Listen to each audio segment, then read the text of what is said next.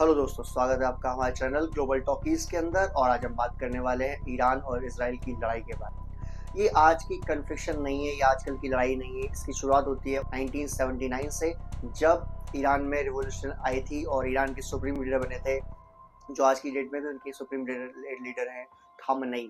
और जब से लीडर बने हैं तब से लेकर उन्होंने आज तक हमेशा विरोध किया है इसराइल का। और ये सपोर्ट दे रहे हैं तीन इनके जो मेन प्रॉक्सीज हैं, जिसमें से हूती है, हमास है और हिजबुल्लाह है।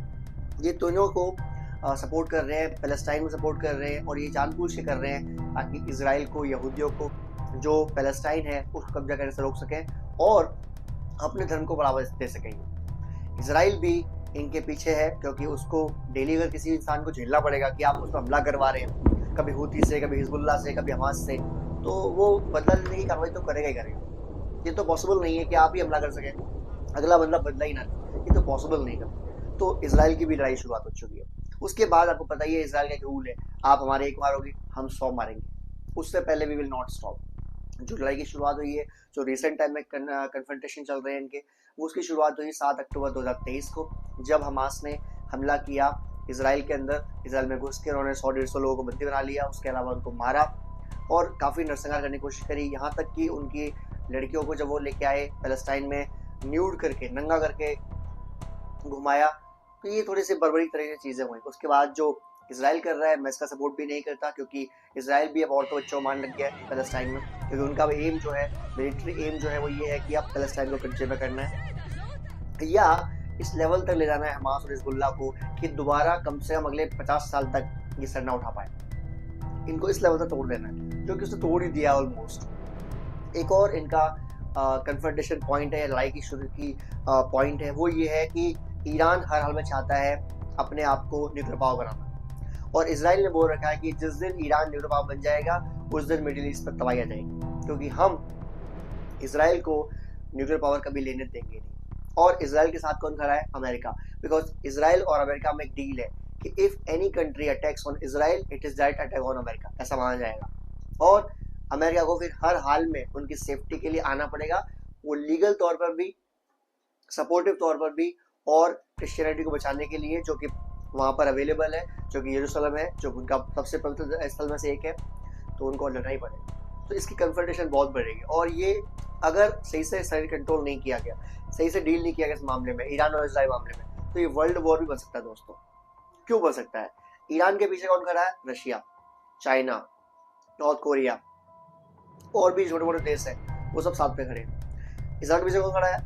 यूएस, यूरोप, और कुछ हद तक कंट्रीज जो सऊदी अरब के आसपास की हैं, यूएई भी उनमें से है। वो चाहता है कि इसराइल से ताल्लुकात को नॉर्मलाइज करे, नॉर्मलाइज करने के बाद बिजनेस को बढ़ावा दे, बजाय हमेशा हम इसमें लगे रहे कि हम मुस्लिम हैं, वो यहूदी हैं। इससे ज़्यादा बढ़िया है कि हम बिजनेस को बढ़ाएं। इसमें भी कोशिश चल रही है, लेकिन ईरान कभी चाहता नहीं है कि जो इसराइल है उसके सऊदी अरेबिया से, या उनके जो ये जो पार्ट है, ईस्ट एशिया जिसको बोलते हैं, या जो वेस्ट एशिया बोलते हैं, इसके जितने भी पार्ट है जो मुस्लिम कंट्रीज हैं, उनसे अगर इसराइल के रिलेशन सामान्य हो गए, नॉर्मल हो गए, तो फिर बहुत मुश्किल हो जाएगा पैलेस्टाइन में लड़ाई करवाना। बहुत मुश्किल हो जाएगा जब ईरान और इसराइल की वॉर होगी, लोगों को इकट्ठा करना, जो OIC मेंबर्स हैं उनको इकट्ठा करना, ये मुश्किल हो जाएगा।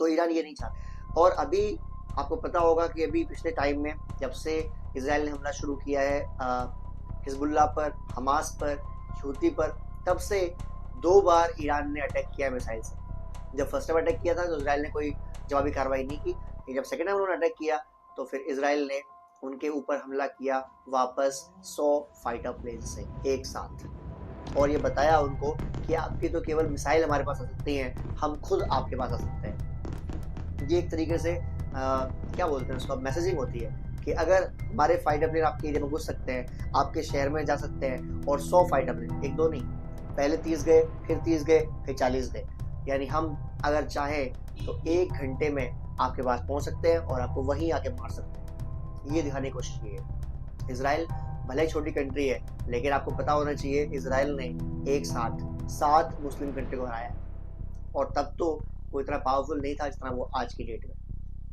they are so very brilliant guys, so very brilliant guys। यहूदी इतने तेज, इतने मेहनती हैं, बिकॉज नेतन्याहू ही कहता है, और यहूदी भी सारे मानते हैं कि जब तक वो जीतते रहेंगे बचे हुए हैं, वो एक बार हारेंगे एंड इट्स ऑल ओवर, सब साफ हो जाएगा, उनको दोबारा मौका नहीं मिलेगा जीतने के लिए। तो वो हारना नहीं चाहते। इसराइल के अंदर हर इंसान, चाहे वो लड़की हो लड़का हो, इररेस्पेक्टिव ऑफ जेंडर, 18 साल की एज होते ही उसको 3 साल के लिए मिलिट्री में जाना जरूरी है, अनिवार्य है, कंपल्सरी है। इसका मतलब वो चाहते हैं कि जितने उनके लोग हैं, जो कि ज्यादा नहीं है, उन सबको मिलिट्री ट्रेनिंग मिली हो, ताकि अगर जरूरत पड़े, अगर लड़ाई जीतने बताए तो सब लड़ सके, एक साथ लड़ सके गाइस। आपको क्या लगता है, हिंदुस्तान इसराइल के साथ है या पैलेस्टाइन के साथ है? इसराइल के साथ है या ईरान के साथ है? अपने कमेंट कीजिए, शेयर कीजिए, सब्सक्राइब कीजिए और आगे जुड़े रहिए हमारे साथ। अगर कोई भी अपडेट आएगी हम आपको जरूर पहुंचाएंगे। Thank you very much. जय हिंद।